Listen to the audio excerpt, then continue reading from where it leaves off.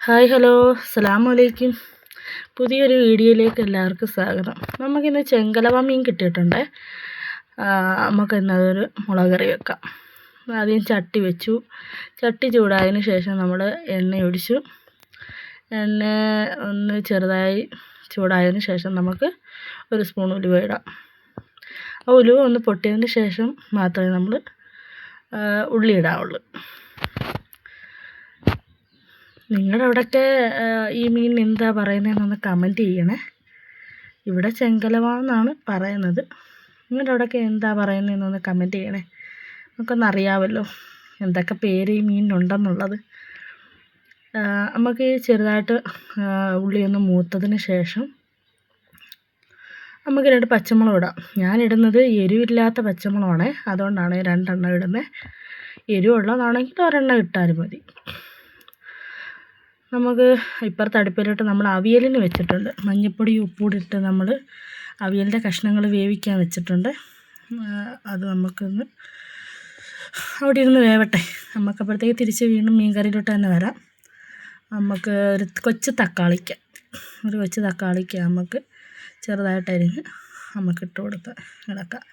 അതെല്ലാം കൂടെ ഒന്ന് ചെറുതായിട്ടൊന്ന് വാടി വരുന്നതിന് ശേഷം നമുക്ക് ഇഞ്ചിയും വെളുത്തുള്ളി ചതച്ചത്, ഞാൻ ചതച്ചാണോ ഇടുന്നത് കേട്ടോ. നമ്മളൊക്കെ ഈ മിക്സിയിൽ അരയ്ക്കുന്നതിന് നല്ലത് നമ്മൾ ചതച്ചിടുന്നതാണ് നല്ലത്. എനിക്കതാണ് ഇഷ്ടം. നിങ്ങൾക്ക് അങ്ങനെ ആണോ എന്ന് കമൻറ്റ് ചെയ്യണേ.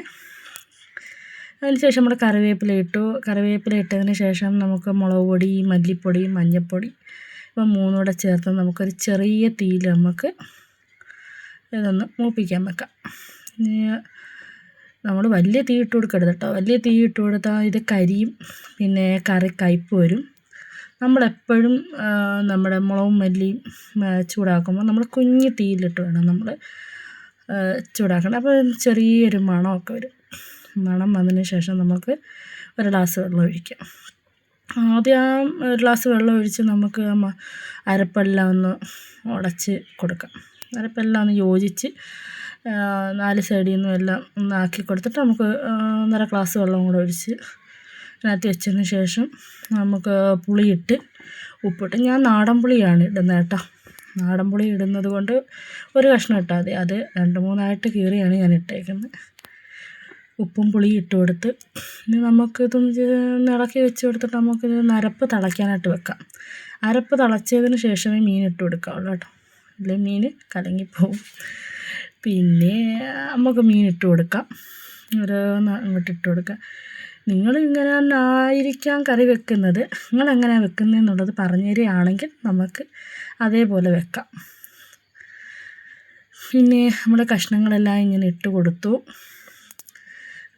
നമ്മൾ ആദ്യം ഫസ്റ്റ് ഇത് കഷ്ണങ്ങളെല്ലാം ഇട്ട് കൊടുത്തതിന് ശേഷം നമ്മൾ ഇച്ചിരി വലിയ തീയിലിട്ട് കൊടുക്കണം. വലിയ തീയിട്ട് കൊടുത്ത് ഒരു തിളച്ച് കഴിയുമ്പോൾ നമ്മൾ പിന്നെ കുഞ്ഞ് തീയിൽ വേണം എപ്പോഴായാലും നമ്മൾ കറി കഷ്ണം വേവാൻ വേണ്ടി നമ്മൾ കുഞ്ഞ് തീയിലിട്ട് കൊടുക്കാറുണ്ട്. എങ്കിലും അതിൻ്റെ അരപ്പും ഉപ്പും പുളിയും എല്ലാം ആ മീൻ കഷ്ണത്തിനകത്തിൽ പിടിക്കത്തുള്ളൂ. നമ്മൾ കുഞ്ഞ് തീയിൽ വേണം നമ്മൾ എപ്പോഴും ഇട്ട് കൊടുക്കാൻ. നമ്മൾ അന്നേരം മീൻ ഇട്ട ശേഷം നമ്മളൊന്ന് ചെറുതായിട്ടൊന്ന് ഇളക്കി കൊടുത്ത് നമ്മളിനി ആ മീനും അരപ്പോടൊന്ന് വലിയ തീയിലൊന്ന് തിളക്കട്ടെ. അപ്പോഴത്തേക്ക് നമുക്ക് അവിയലിൻ്റെ കഷ്ണങ്ങളെല്ലാം വെന്തിട്ടുണ്ട്. തേങ്ങയും ജീരകവും ഉള്ളിയും കൂടെ വെച്ച് അരച്ചത് അരപ്പാണ്. അരപ്പ് നമുക്ക് അവിയലിനകത്തിലോട്ടിട്ട് ഒഴിച്ച് കൊടുക്കാം. നമ്മുടെ അവിടെ കറി തിളച്ചിട്ടുണ്ട്. അപ്പോൾ നമ്മളിനി കുഞ്ഞ് തീയിലിട്ട് കൊടുക്കണം.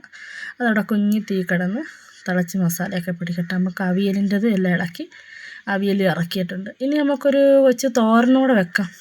നമ്മൾ ക്യാബേജ് തോരനാണ് വെക്കുന്നത്. ചട്ടി വെച്ചു, എണ്ണ ഒഴിച്ചു, കടുകിട്ടു, ലേശം കറിവേപ്പില ഇട്ടതിന് ശേഷം നമുക്ക് ക്യാബേജ് ഇട്ട് കൊടുക്കാം. ക്യാബേജ് അത് തന്നെയാണ് കേട്ടോ. നമ്മൾ തീ കുറച്ചിട്ട് നമ്മൾ ക്യാബേജ് നല്ലതുപോലെ അടച്ച് വെച്ചെടുക്കണം. അതിന് ശേഷം മാത്രമേ നമ്മൾ ഞാൻ അരപ്പിൻ്റെ കൂടെയാണ് കേട്ടോ ഉപ്പൂടിട്ട് അരയ്ക്കുന്നത്. അല്ലാതെ ഞാൻ ക്യാബേജിൻ്റെ കൂടെ ഞാൻ ഉപ്പ് മിക്സ് ഇടാറില്ല. നമ്മൾ ക്യാബേജ് ഇട്ട് കഴിയുമ്പോൾ അതിൻ്റെ പുറത്ത് ഉപ്പിടത്തില്ലേ, അങ്ങനെ ഞാൻ ഇടത്തില്ല.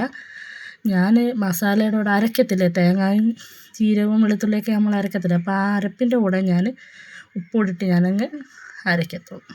ഇത് നമ്മൾ ക്യാബേജ് മാത്രം നമ്മൾ എണ്ണയും മൂപ്പിച്ച് കടുകും പൊട്ടിച്ച് നമ്മൾ ക്യാബേജ് മാത്രം ഇട്ട് അടച്ച് നമ്മളൊരു പാത്രം കൊണ്ട് അടച്ച് വെച്ച് അതവിടെ കുഞ്ഞി തീയിലിരുന്ന് അത് 2-3 മിനിറ്റ് ഇരുന്ന് വെന്തതിന് ശേഷം നമ്മൾ തേങ്ങയും ജീരകവും വെളുത്തുള്ളി ഉപ്പും ഉൾപ്പെടെ നമ്മളെല്ലാം കൂടെ അരച്ച് മസാല അരപ്പ് നമ്മളിട്ട് കൊടുത്തിട്ടുണ്ട്.